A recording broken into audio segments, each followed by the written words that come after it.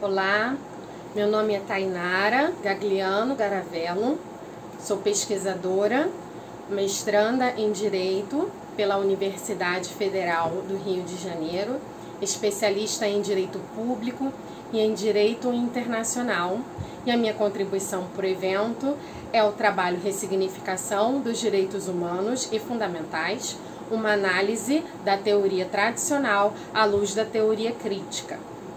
O objetivo deste trabalho é apresentar um recorte da teoria crítica do direito aplicada aos direitos humanos e fundamentais e sua relação de oposição à teoria tradicional hegemônica.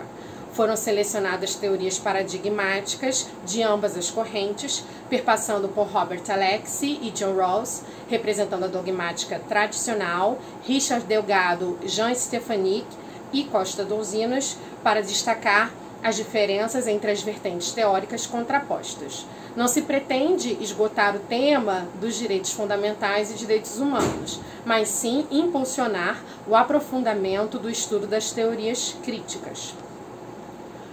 É reconhecido por muitos estudiosos como um marco da normatividade dos direitos fundamentais a Declaração dos Direitos do Homem e do Cidadão de 1789, que foi uma das bases jurídicas para a Revolução Francesa. Esse documento foi o primeiro que trouxe em seu conteúdo exclusivamente normas de direitos individuais,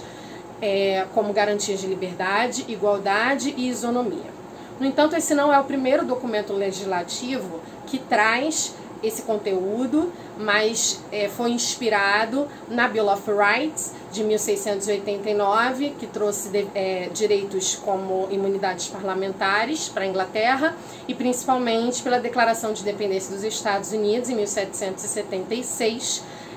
que garantiu a independência das 13 colônias britânicas na América e também desvinculou esse pretenso Estado, esse futuro Estado, das imposições tributárias da Inglaterra. Esses episódios, essas revoluções que ocorreram, o que elas têm em comum é uma construção de um pensamento jurídico acerca dos direitos fundamentais tradicional, sob análise, de uma filosofia com base liberal e iluminista, nascente a partir do século XVIII na Europa. Esse pensamento, essa escola filosófica começa a ganhar terreno pelas revoltas, através das revoltas burguesas, visando o fim das monarquias absolutistas. A ascensão da burguesia na ordem político-econômica liberal mercantilista é promovida pela Revolução Industrial, também a partir do século XVIII, e com ela ocorre o que Karl Marx vai chamar do início da dominação das classes por meio das relações de trabalho, onde o burguês promove a exploração do trabalho humano e a dominação das classes trabalhadoras que estariam debaixo do seu capital, debaixo do seu poderio econômico. Portanto, desde a positivação desses direitos individuais, observa-se um paradoxo entre o discurso jurídico-político de igualdade de direitos individuais, de direitos humanos e direitos fundamentais e a realidade da efetividade dele dentro do contexto social da época. Apesar de positivados, esses direitos não foram desenvolvidos por meio de sistemas que promovessem essas garantias individuais. Elas tinham, na verdade, um foco muito delimitado para uma classe específica, que era a classe que estava ascendendo a hegemonia social da época para exercer o domínio das relações de poder vigentes. Todo esse arcabouço político foi montado a partir de uma necessária fundamentação jurídica na qual se embasaria. Neste sentido, a teoria liberal se consolida como esse sustentáculo filosófico normativo. O que a teoria jurídica tradicional faz é se valer das ideias liberais com a finalidade de conceder legitimidade ao discurso dos direitos e garantias individuais e, no entanto, permanecer distante das divergências sociais, já que ao mesmo tempo é realizada uma tentativa de cientificar o direito, separando-o das demais áreas afins aos estudos da sociedade, como a ciência política, a sociologia, a própria filosofia, o que antes não era o que ocorria. Antes o direito tinha uma compreensão muito mais complexa da sociedade, de forma inclusive a atuar na sociedade em conjunto com a política, por exemplo, para buscar ideais de uma normatividade mais justa para aquela sociedade em si, naquele momento histórico específico. Epistemologicamente, ela declara o fim do direito como uma ciência autônoma em relação à política e visa tão somente compreender os fenômenos sociais a fim de compor uma normatização adequada e preferencialmente universalizada. Não se pensa mais nos problemas sociais e no modelo de sociedade que se almeja alcançar. Inicia-se, portanto, o esvaziamento das bases jurídico-filosóficas em detrimento da construção de um método científico-jurídico. Estabelece-se uma distinção entre a operacionalização do direito por meio das decisões judiciais e suas consequências práticas para a sociedade e os indivíduos que a compõem, determinando que esta última seria objeto de interesse de outras áreas do conhecimento, como já dito, sociologia, antropologia e ciência política. Com a consolidação da teoria positivista já no século XX, o direito alcança a culminância desse declínio crítico. Ele passa a ser técnica, deixa de lado a crítica filosófica pela busca do método a uma suposta inatingível, por óbvio, neutralidade. Essa metodologia generalista facilita a missão do juiz ao simplesmente subsumir o caso concreto à norma, sendo possíveis diversas interpretações por ele elegíveis, desde que dentro de uma legalidade, como é defendido na teoria kelseniana.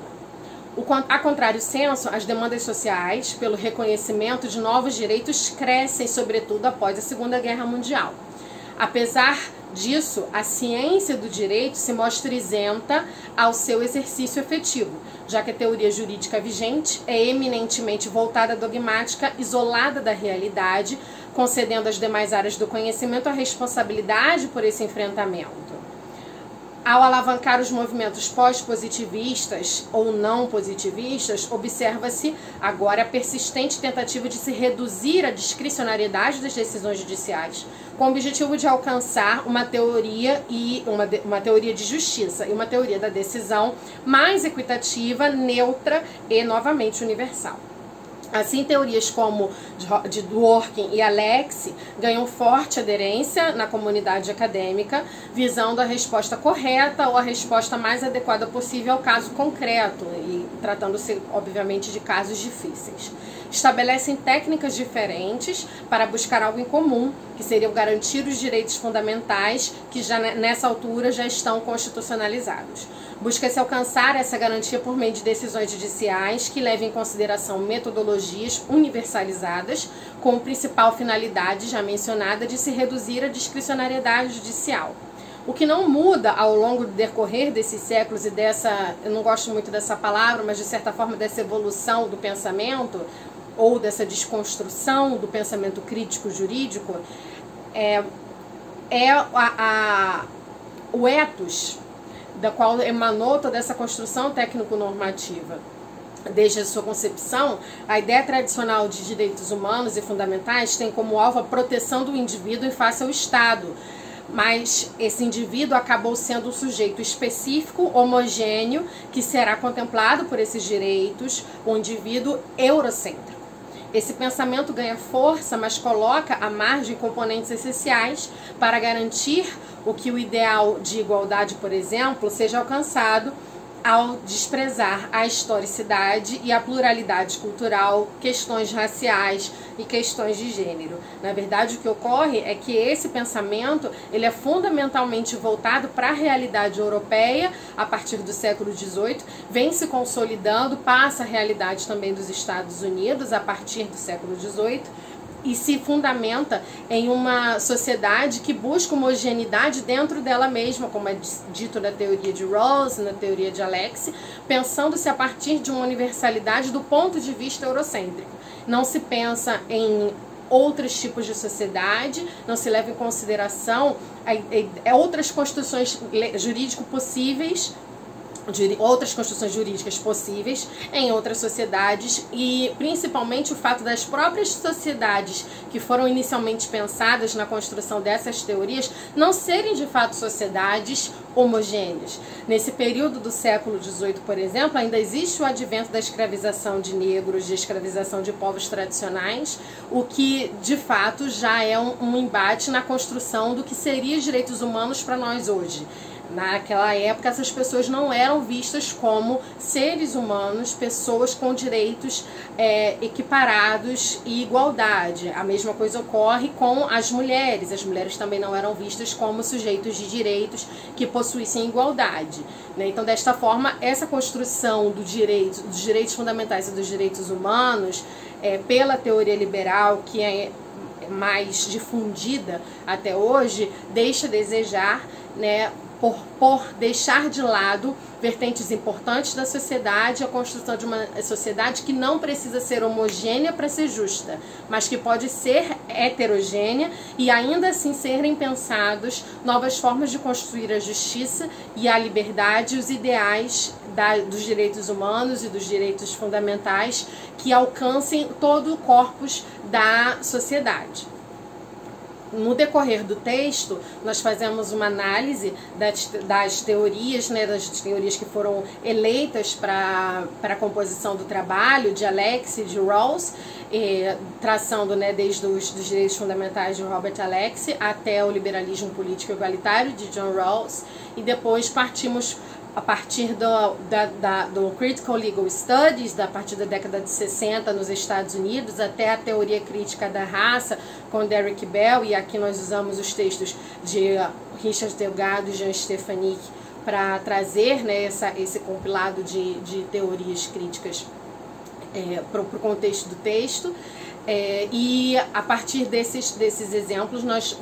buscamos construir uma visão mais geral de como há a contraposição da teoria tradicional, que é uma teoria, no nosso ver, que fica muito mais estabelecida no campo das ideias, no campo do dever ser, do que algo que de fato se preocupe realmente com os direitos e as garantias fundamentais da sociedade como um todo, mas que se reserva basicamente para uma classe dominante, para um grupo de pessoas que tenham interesses a serem defendidos a partir dessa teoria, dessa ideologia, dessa teoria jurídica e política que surge a partir do século XVIII. Já a teoria crítica traz uma ideia mais paradigmática, mais realista, e que leva em consideração a sociedade como um todo, que leva em consideração as interseccionalidades e as desigualdades sociais que são amplificadas a partir justamente desses eventos do século XVIII, como a Revolução Industrial, como já mencionado, que vem aprofundando justamente esse paradoxo que nós falamos na introdução entre uma construção de direitos individuais, de uma sociedade comprometida com direitos individuais, e a ausência de direitos individuais de outras pessoas que estão sendo exploradas para que o exercício dos direitos individuais da classe dominante seja viável. Então, dentro desse contexto, nós construímos a redação do texto. O texto tem ele visa contribuir com uma dialética epistemológica para que se faça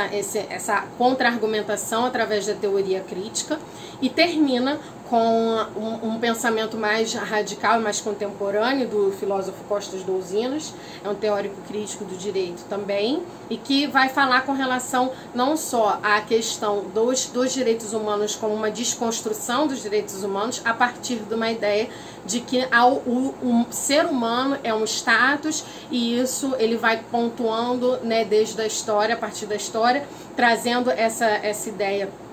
de uma transformação dos direitos humanos como sendo um contrassenso, um axioma de causa e efeito, de veneno e antídoto, né,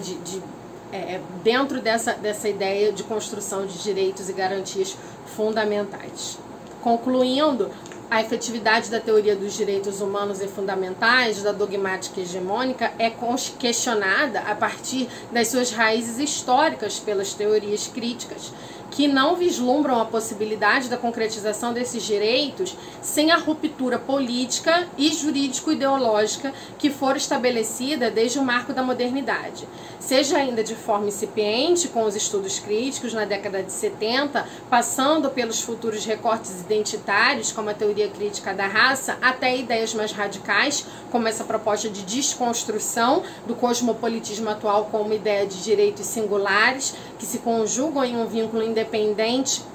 aos conceitos tradicionais de Estado e comunidade. As teorias críticas entendem os direitos humanos e fundamentais através de uma perspectiva de ativismo e enfrentamento da universalidade e da neutralidade tradicionais, devido ao seu efeito de invisibilidade e emudecimento de minorias e grupos vulneráveis. Elas tornam mais tangível a viabilidade prática desses direitos, ainda que sem a plenitude almejada. Os direitos humanos e fundamentais devem ser acessíveis a todas e todos, sem distinção, não apenas na redação do texto jurídico, ou seja, não apenas em tese, mas de fato, na realidade vivenciada por aquelas e aqueles que têm sua humanidade violada e não reconhecida. Muito obrigada a todos e até a próxima.